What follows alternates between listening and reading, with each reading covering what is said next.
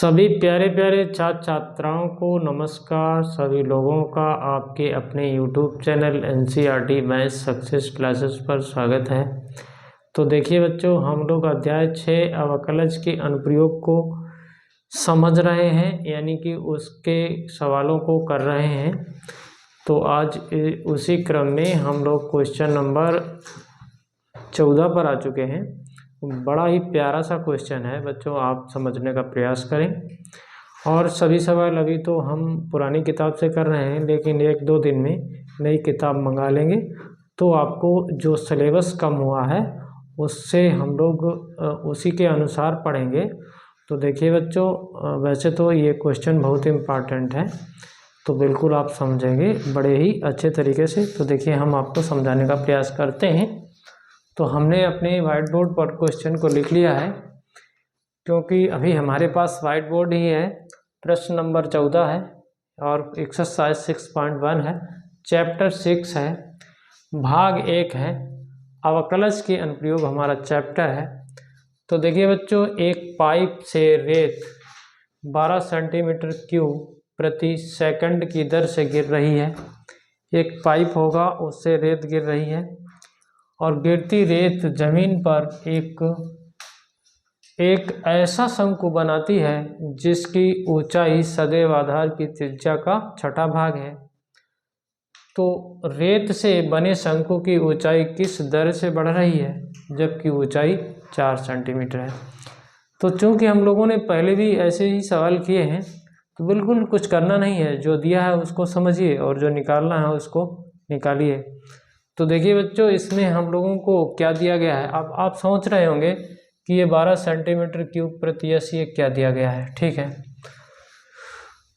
तो क्या दिया गया है, ये कहीं ना कहीं ये क्यूब जो है हम लोगों को बता रहा है कि ये आयतन से संबंधित ही कुछ है, जो कि हम लोगों को ये रेत के आयतन के बारे में बता रहा है सवाल, और उसमें परिवर्तन की जो दर है वो बता रहा है। तो इस अनुसार हम लोग क्या लिख सकते हैं, देखिए हम लोगों को dV/dt दिया गया है। ये क्या दिया गया, क्योंकि आप समझ रहे हैं ये आयतन है और ये नीचे देखिए आपका यस है, यस मतलब सेकंड को बता रहा है। तो dV/dt ये दिया गया है 12 सेंटीमीटर क्यूब प्रति यस।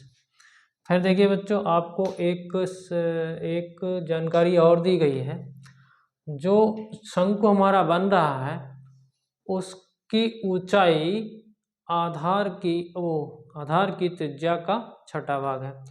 तो ऐसा मान लेते हैं हम लोग, देखिए जो हम लोग शंकु की बात कर रहे हैं, तो उसमें हम लोग शंकु की ऊंचाई को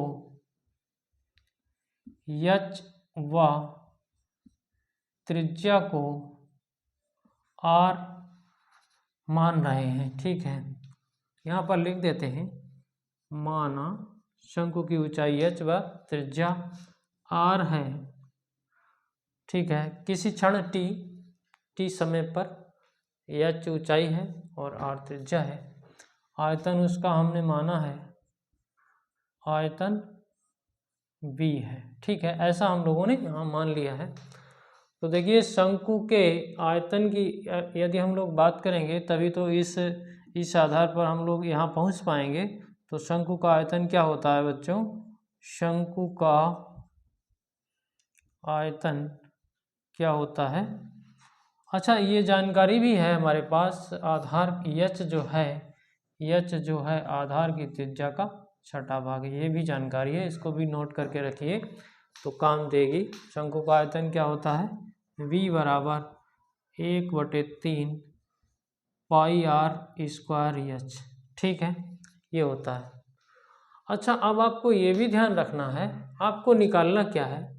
देखिए, ऊंचाई को निकालना है आपको, ऊंचाई की परिवर्तन की दर को निकालना है। तो कहीं ना कहीं आप सोच रहे होंगे क्या निकालना है क्या नहीं निकालना है। तो आपको ऐसा कुछ निकालना है, dH/dt निकालना है, ये आपको फाइंड करना है। और कब, जब आपके पास ऊंचाई 4 सेंटीमीटर हो।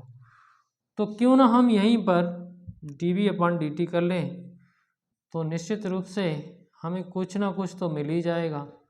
और देखिए एक बात और देखिए, आर और एच में चेंजिंग कर लीजिए, फिर उसके बाद में dv/dt करिए तो फिर ज़्यादा सरल हो जाएगा। तो इसको हम लोग मिटा रहे हैं। तो देखिए हम पूरे फंक्शन को मतलब पूरे v को एच में ही बदल लें, 1/3 पाई। ठीक है, अब देखिए r के बराबर आपका कितना आ जाएगा, 6h आ जाएगा। तो 6h यहाँ रख दीजिए और स्क्वायर है तो स्क्वायर कर दीजिए। तो देखिए थोड़ा सा और करिए इसको, 1/3 पाई 6 का स्क्वायर करेंगे तो 36 हो जाएगा। एच का स्क्वायर और एच क्यूब हो जाएगा। इससे काट दीजिए तो ये 12 हो गया। तो कुल मिला के आपको ये 12 पाई एच क्यूब मिल गया। यहाँ से आपके पास v ही है अभी, तो हम लोग अवकलन कर दें तो चूँकि हम लोगों को आयतन के परिवर्तन की दर दी गई है तो dv/dt कर दें, तो कर देते हैं। तो 12 पाई और भैया एच क्यू का 3h² इंटू में आप एच का भी करोगे dh/dt हो जाएगा। समझ रहे हैं आप लोग? तो देखिए अब हमारे पास dv/dt है 12। ठीक है, इसको रख देते हैं, यहाँ हमने 12 रख दिया। 12 पाई और देखिए 3h² इंटू में dh/dt हो गया। यहाँ देखिए 12 से 12 कैंसिल, फिर क्या करोगे, इधर 1 बचेगा, यहाँ लिख लेते हैं, यहाँ 1 नहीं रहा है तो यहाँ देखिए 1 है। यहाँ पर 3 पाई h² dh/dt आ गया है। अब ऐसा कर लेते हैं, हमें dh/dt चाहिए तो इसको इधर कर लेते हैं। तो देखिए dh/dt बराबर 1/3 पाई h² आ जाएगा। ठीक है, h² आ जाएगा 1/3 पाई। h की जगह कितना रख दोगे, 4, तो 4 का स्क्वायर कर दीजिए तो ये 16 हो जाएगा। 16 3 48, 1/48 पाई आंसर हो जाएगा। और इसका मात्रक भी लिखना है। तो h भी दूरी है और t समय है और दूरी सेंटीमीटर में दी ही थी, तो सेंटीमीटर प्रति सेकंड। अगर आपको नहीं दिख रहा है तो यहाँ लिख रहे हैं 1/48 पाई सेंटीमीटर प्रति सेकंड। देखिए 2-3 सवाल और बचे हैं, अभी हम लोग लिख के करते हैं तो ये ज़रूर समझ में आया होगा। आइए देखते हैं। तो देखिए बच्चों, हम लोगों ने अपना 15 नंबर क्वेश्चन लिख लिया है। इसमें भी कुछ नहीं करना है, बहुत ही सरल सवाल है, बस देखने में आपको कठिन लग रहा होगा। एक वस्तु की x इकाइयों के उत्पादन से संबंध कुल लागत cx रुपयों में है, तो cx बराबर 0.007x³ माइनस ये आपको समीकरण से प्रदत्त है। ठीक है, तो सीमांत लागत ज्ञात कीजिए जबकि 17 इकाइयों का उत्पादन किया गया है। ठीक है, और अगला सवाल भी बिल्कुल ऐसा ही है, बिल्कुल ऐसा ही है। तो देखिए यहाँ पर आपको क्या करना है, आपको कुछ नहीं करना है, आपको कुल लागत दी गई है। ठीक है, और सीमांत लागत पूछी गई है। और सीमांत लागत का मतलब होता है, सीमांत लागत क्या है, यहाँ पर ये आपको थोड़ा सा कठिन लग रहा होगा कि सीमांत लागत क्या है। तो सीमांत लागत का मतलब है कि जो कुल लागत है उसमें कहीं ना कहीं परिवर्तन को निकालना। यदि हमें किसी नई वस्तु के निर्माण या उत्पादन किया गया हो, जैसे उसमें जो कुल लागत है उसमें आप परिवर्तन निकाल रहे हैं, तो हम लोग चूँकि परिवर्तन की दर ही पढ़ रहे हैं तो उसी आइडिया से हम लोगों को इसका सीधा सीधा अवकलन ही करना है, कुछ नहीं करना है। ठीक है, तो अवकलन करेंगे, फिर उसमें हम लोग x की जगह 17 रख देंगे और हम लोगों का आंसर आ जाएगा। तो यानी कि कुल लागत में कहीं ना कहीं हम लोग परिवर्तन निकाल रहे हैं, सीमांत लागत का यही आशय है। तो कुल लागत में परिवर्तन निकाल रहे हैं। ठीक है, तो देखिए हम लोग अवकलन कर देंगे अपने सॉल्यूशन में, तो डी और सी एक्स अपान डी एक्स। ठीक है, तो कर दीजिए आप अवकलन। 0.007 इंटू 3x², फिर क्या है 0.003 इंटू 2x, फिर क्या है 15x है तो 15 रह जाएगा। ये तो 0 हो ही गया है, आप लोग समझते हैं, क्योंकि ये कांस्टेंट है, इसमें x नहीं है, इसलिए इसका मान 0। चाहो तो लिखो और चाहो तो ना लिखो। ठीक है, अब चूंकि हम लोगों को x बराबर 17 दिया गया है, ठीक है, तो इसी में समीकरण में रख देंगे, केवल गुणा करना आपका काम है। तो देखिए कैसे, हमें तो गुणा भी नहीं आता है, तो यहाँ पर आप 3 गुणे 17 रखोगे, स्क्वायर कर दोगे। ठीक है, यहाँ पर 0.003 इंटू 2 गुणे 17 प्लस 15। ठीक है, ये इसका आपको गुणा करके उत्तर लाना है। क्या करोगे, ऐसा कर लीजिए आप, 3 का गुणा यहाँ कर लीजिए। ठीक है, तो कितना हो जाएगा, देखिए लिखिए 0. हम लोग गुणा ही करके लिख लेते हैं सीधा सीधा, तो ये 21 हो जाएगा, और पॉइंट यहाँ पर लगेगा ना, यहाँ पर देखो, यहाँ पर लगेगा पॉइंट, और इंटू में 17 है, 289 होता है, 289 लिख लीजिए। ठीक है, और यहाँ देखिए 0.003 और 17 दूनी 34, इसको लिख लीजिए, और प्लस 15 इसको लिख लीजिए। फिर आपको गुणा करना है, तो हम लोग अलग से करेंगे गुणा, क्योंकि वहाँ दिक्कत हो रही है।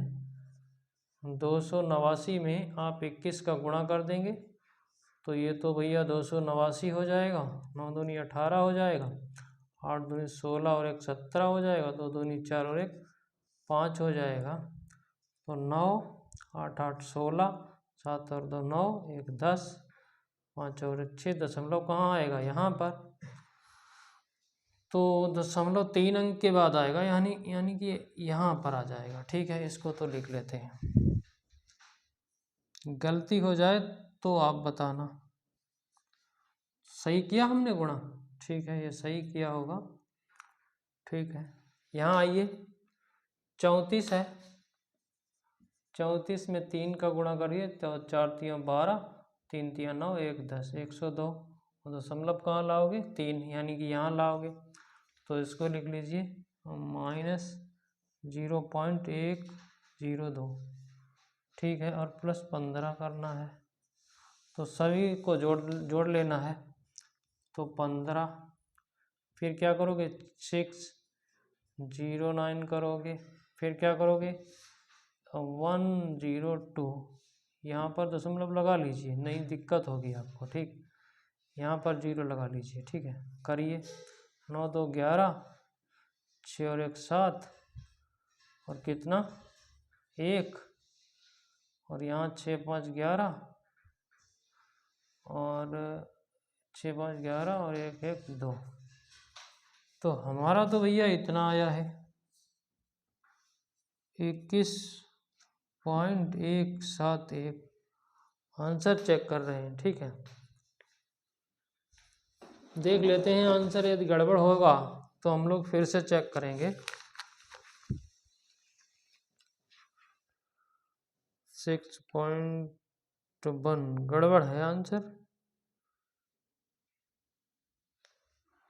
कहीं ना कहीं गलती हुई है, तो देखते हैं कहाँ गलती हुई है अपने लोगों की। सवाल लिखने में तो नहीं गलती हो गई, देख लेते हैं। 0.007x³ minus 0.003x² 15x plus 4000, सवाल तो सही है। फिर देखते हैं, तो यहाँ देखिए हमने अवकलन किया, सही किया है, ठीक है, अवकलन किया, x की जगह में 17 लिखना है, 17 सही किया है। ठीक है, इसका गुणा हमने किया, ये भी सही है, इसका 17 दूनी 34 गुणा, ये भी सही है। ठीक है, और 15, ये भी सही है। यहाँ पर हमने क्या कर दिया, बस यहीं गड़बड़ कर दिया, ठीक है, यहीं पर गड़बड़ कर दिया, सभी को जोड़ दिया, बीच में ये माइनस का था, तो पहले इसको जोड़ेंगे हम लोग। जोड़ लीजिए, 9 6 0 15 6 21, ठीक है। और इसको आपको घटाना है, कितना, 1 0 2, ठीक है। 9 में से 2 गया 7, तो यहाँ बचा है 6। यहाँ देखिए एक जाएगा नहीं, तो इधर से एक लीजिए, तो यहाँ 10 हुआ है, 10 में से 1 गया 9, यहाँ पर 20 बचा है।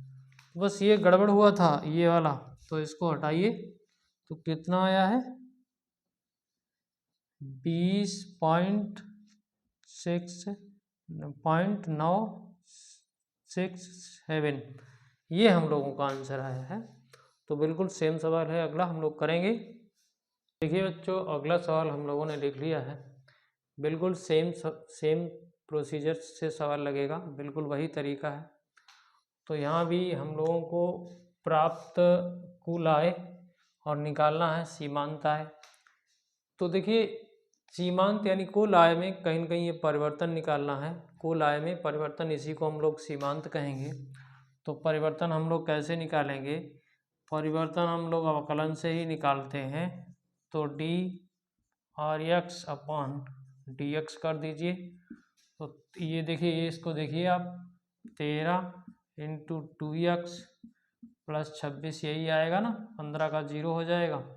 अब देखिए x बराबर आपके पास 7 है, रख दीजिए इसमें, तो कितना हो जाएगा, 13 दूनी 26 गुणे 7 प्लस 26, ठीक है।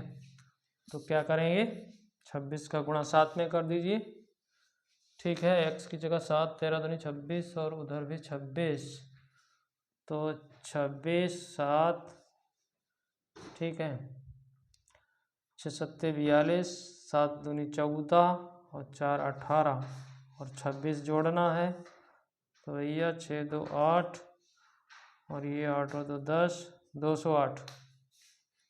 तो ये हमारा आंसर 208 आ गया है, ठीक है। अच्छा, छोटे छोटे 2 सवाल और बचे हैं बच्चों, साथ के साथ यहीं पर लगा लेते हैं। तो देखिए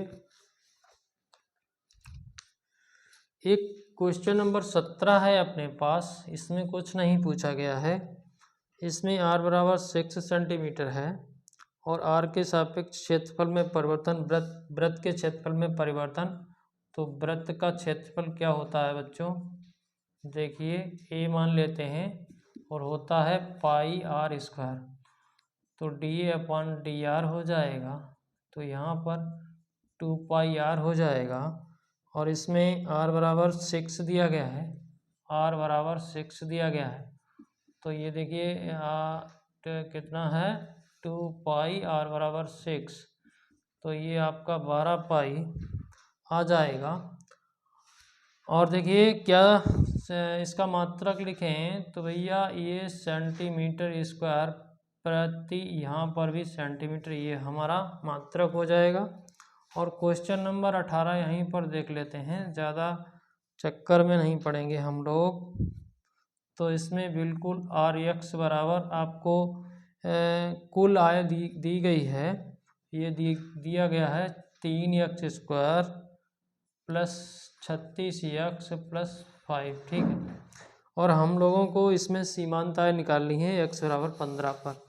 तो सीमांत आय का मतलब आप जानते हैं, इसका अवकलन करना पड़ेगा आपको। तो D R x upon D x, और x बराबर 15 पर निकालनी है, ये आपको ध्यान रहना चाहिए। तो यहाँ अवकलन करोगे तो 6x हो जाएगा प्लस 36 हो जाएगा, तो यहाँ पर 15 रख दीजिए, 15 प्लस 36, 15 छक्का 90 प्लस 36, तो 90 36 कितना हो जाएगा, 126।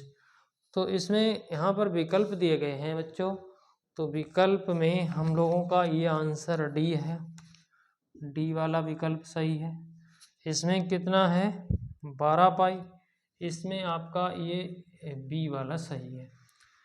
तो आशा करता हूँ बच्चों आपको हमारे बताए हुए ये 6.1 के जो भी हम लोगों ने 14 नंबर से क्वेश्चन नंबर 18 तक लगाए हैं, आप लोगों को समझ में आए होंगे। यदि समझ में आए हों तो चैनल को सब्सक्राइब करना ना भूलें, बेल आइकन को प्रेस करना ना भूलें और साथ में ऑल बटन पर सेट कर लें ताकि हमारे वीडियो का नोटिफिकेशन आप लोगों को मिलता रहे। साथ ही दोस्तों में शेयर करें, साथ ही हमारा सहयोग करें। आप लोगों का बहुत बहुत धन्यवाद।